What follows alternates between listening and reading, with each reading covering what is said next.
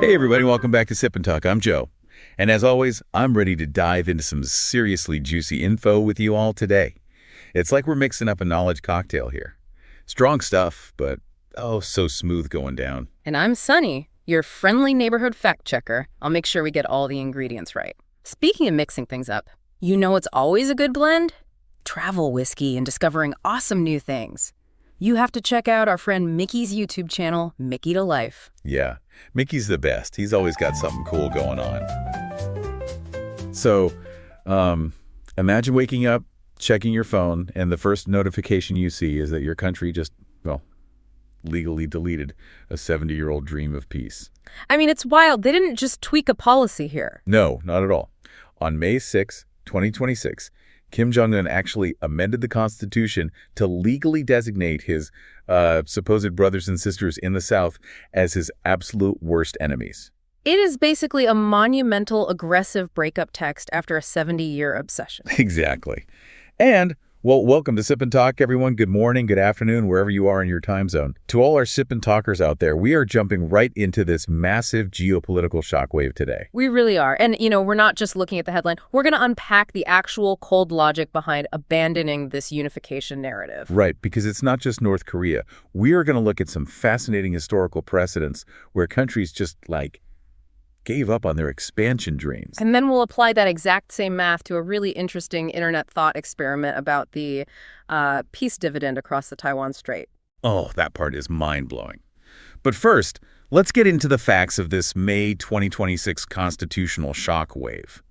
Because, I mean, the details are intense. They really are. So, for decades, the whole narrative, despite all the border tension, was that one day the Korean peninsula would reunite. Right. They were all one big family. Exactly. But if you read the newly published constitution, North Korea has explicitly defined its borders for the first time.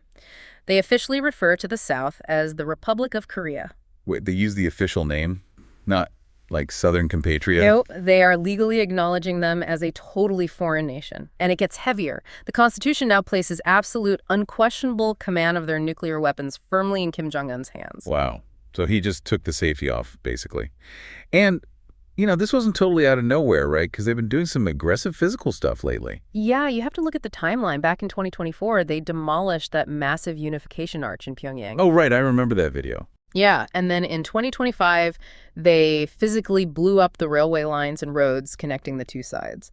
So this constitutional change is just the legal stamp on a physical divorce. So, okay, what is the actual logic here? Because usually when North Korea does something aggressive, we assume they're gearing up for a fight. Well, analysts are looking at two main theories here. The first is, ironically, defensive survival. Defensive? How is calling someone your worst enemy a defensive move? It comes down to cultural and economic weakness. North Korea is just objectively weaker than the South on almost every metric. Oh, for sure. The economic gap is huge. Right. And you factor in the soft power of K-pop and K-dramas infiltrating the border. If your citizens view South Koreans as their rich, successful family members, they might want that lifestyle. I get it. By legally labeling them as foreigners, they're trying to build this massive ideological wall. It's like a regime practicing strategic quarantine. Strategic quarantine is the perfect way to put it. It reminds me of a struggling legacy tech company, you know. They realize they can't compete with the new disruptor, so instead of innovating, they just lock the doors and unplug the servers so they don't get absorbed. That is exactly it. They are trying to block the culture to prevent the regime from collapsing inward. But that brings us to the second theory, which is aggressive deterrence. Okay, that sounds a lot more like the North Korea we usually read about. Yeah. Think about the psychology of war. If you tell your soldiers that the people over the border are your family, using a nuclear weapon against them has a huge moral barrier. Right. Even in a dictatorship, you don't want to nuke your own ethnic group. Precisely. But if you legally change their status to foreigners and hostile enemies, that moral barrier is just gone. Wow. So it makes the threat of using tactical nukes way more credible. Exactly. And you also have to factor in their geopolitical shift. With their recent tighter ties to Russia, including sending troops to Ukraine, Pyongyang doesn't really need South Korea anymore. Oh, because they usually use Seoul as a bargaining chip to get aid from the West. Right. Yep. Now they have a new Cold War dynamic locked in, and they just don't need that pressure valve. That is legitimately terrifying. But, you know, as I was looking at some of the recent academic analysis, there's this concept from 2026 that completely flips this on its head. Have you seen the stuff on the Korean paradox? Yes. Jun Haesong's analysis, it's such a brilliant framework. Right, because it argues that abandoning the unification dream might actually decrease the existential dread on the peninsula, which, I mean, sounds completely backwards. It does sound backwards, but it makes sense when you look at the two hostile states theory. So for a long time, the whole idea was the Great Joseon Nation, that they were one ethnic people. And both sides basically thought the other government was just an illegitimate glitch that needed to be fixed, right? Exactly, which implies absorbing the other side by force. By dropping that, North Korea is actively trying to de-ethnicize the relationship. To de-ethnicize. Wait, so they're trying to convince their own people that they aren't even the same race anymore? Essentially, yes. They are claiming genetic and cultural differences to dismantle the idea of a shared nation. And there's a great analysis from the Carnegie Endowment in April 2026 about this being a form of cognitive warfare. Oh, cognitive warfare. I love that term. So they use the threat of unification to manage domestic anger. Right. Right. Like, if the economy is bad, just blame the foreign enemy blocking your glorious reunification. You nailed it. It directs internal frustration outward. But the paradox is, by legally dropping the goal of forced unification, the immediate threat of absorption is technically off the table. And the ultimate irony here is that this aggressive, door-slamming move actually aligns perfectly with what South Korea wants. It really does. Under President Lee Jae-myung, the polling in the South is super clear. Yeah, nearly 80% of South Korean youth just want peaceful coexistence. They don't want the financial burden of a forced unification. They just want to be left alone. Exactly. So Pyongyang says, we're never getting back together, and the South Korean public is basically like, awesome, works for us. It's just wild. But, giving up on a massive national myth is basically a stop-loss for a regime's survival. And history is full of empires that hit that wall and just, quit. Oh, absolutely. History's quitters are fascinating. Look at West Germany in the 1970s. Right. They had the Hallstein Doctrine for years, refusing to talk to anyone who recognized East Germany. Yeah, they were super stubborn about being the only legitimate Germany, but eventually they shifted to Ostpolitik. They officially recognized East Germany just to reduce the friction and buy themselves time. It's crazy to think they just swallowed their pride. But it worked, right? It fueled their economic miracle. And didn't Austria do something similar back in 1955? They did. The whole idea of Anschluss merging with Germany was huge for them. But to get the major powers and the Soviets to withdraw after World War II, Austria just abandoned that expansionist dream completely. They traded the empire fantasy for permanent neutrality just to get their sovereignty back. That's a huge pivot. It is. And sometimes the pivot isn't diplomatic, it's just pure economic exhaustion, like Indonesia in 1999. Oh, with East Timor. They claimed it was their 27th province for decades. Exactly. But then the Asian financial crisis hit in 1997, the rupiah crashed, the economy tanked, and suddenly a brutal military occupation became a massive financial black hole. Right, the democratizing government literally couldn't afford it while people were rioting in Jakarta, so they just let it go. And Serbia in the 90s followed the exact same pattern, right? Totally. After all the military failures pushing for a greater Serbia and the NATO intervention, they had to drop the dream just to get sanctions lifted and survive economically. So there is a super clear pattern here. Giving up territory is rarely a moral awakening. It's a stop-loss mechanism. When the cost of the narrative threatens your actual survival, you kill the narrative. That's the exact math. And that brings us to the elephant in the room, the massive dynamic across the Taiwan Strait. Yes, because there is this viral thought experiment going around right now that takes this exact stop-loss logic and applies it there. Like, what if they pulled a Pyongyang? What if they abandoned unification to just focus inward? The peace dividend concept, the numbers on this are just staggering when you really look at them. I mean, let's talk about the economic reallocation. The estimated military budget for that posture is well over $200 billion annually. Right.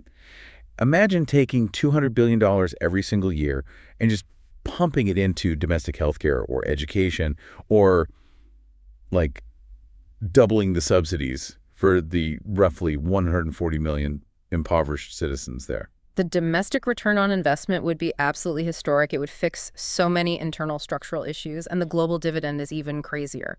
Bloomberg estimated that a conflict in the Strait would wipe out $10 trillion from the global GDP. $10 trillion. I mean, to put that in perspective for you listening, That is your mortgage rate going through the roof. That is your local car dealership having zero inventory because the microchips are gone. Exactly. The global economy is incredibly reliant on those advanced semiconductors. We've seen how hard the U.S. has been pushing the CHIPS Act just to build some resilience. Yeah, so abandoning the invasion threat would basically gift the global economy a $10 trillion insurance policy.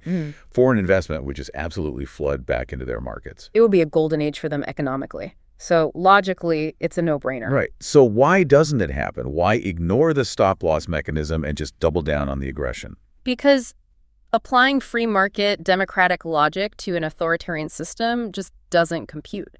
For them, the external enemy isn't a bug, it's a feature. It's a political painkiller. Oh, it's a load-bearing wall. Yes, that is the perfect analogy.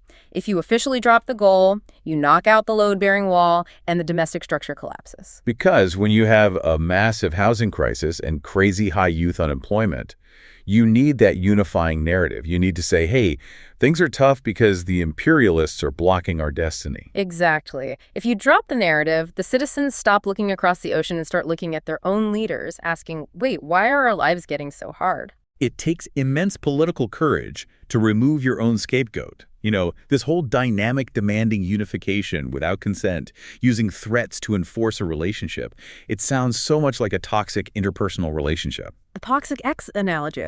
It's actually a legitimate sociological model for coercive diplomacy. The parallels are honestly uncanny. Okay, let's break this down because it's so accurate. First, you have the gaslighting. You're nothing without my economy. You can't survive on your own. And then comes the altruistic aggression. I'm flying fighter jets near you, but it's for your own good. I'm protecting you from outsiders. I'm locking you in the house to keep you safe. It's classic coercion. And the biggest red flag is the complete denial of agency.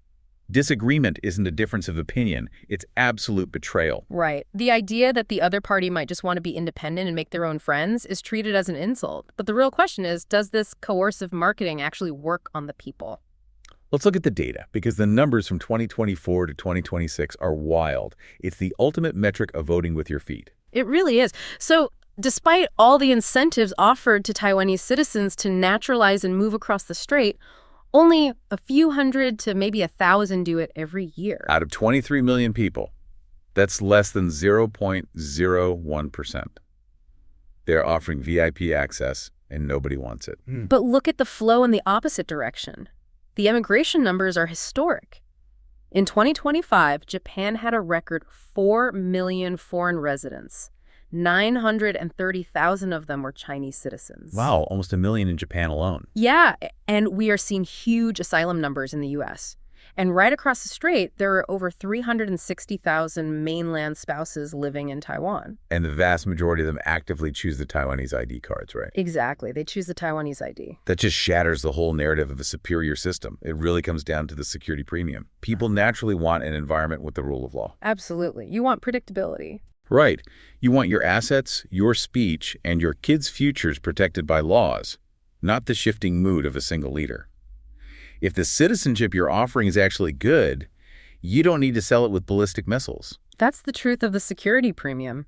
If you have to threaten military ruin to get someone to join your family, it isn't unification, it's a hostage situation. And the data shows regular people recognize the difference. Man, that is a profound reality check. And it really brings this whole sip and talk full circle. It does. I mean, whether it's Kim Jong-un dropping a 70-year unification dream to build a cultural fortress, or empires like West Germany and Indonesia cutting their losses, the lesson is clear. Yeah, real power isn't about forcing a grand myth on your neighbors.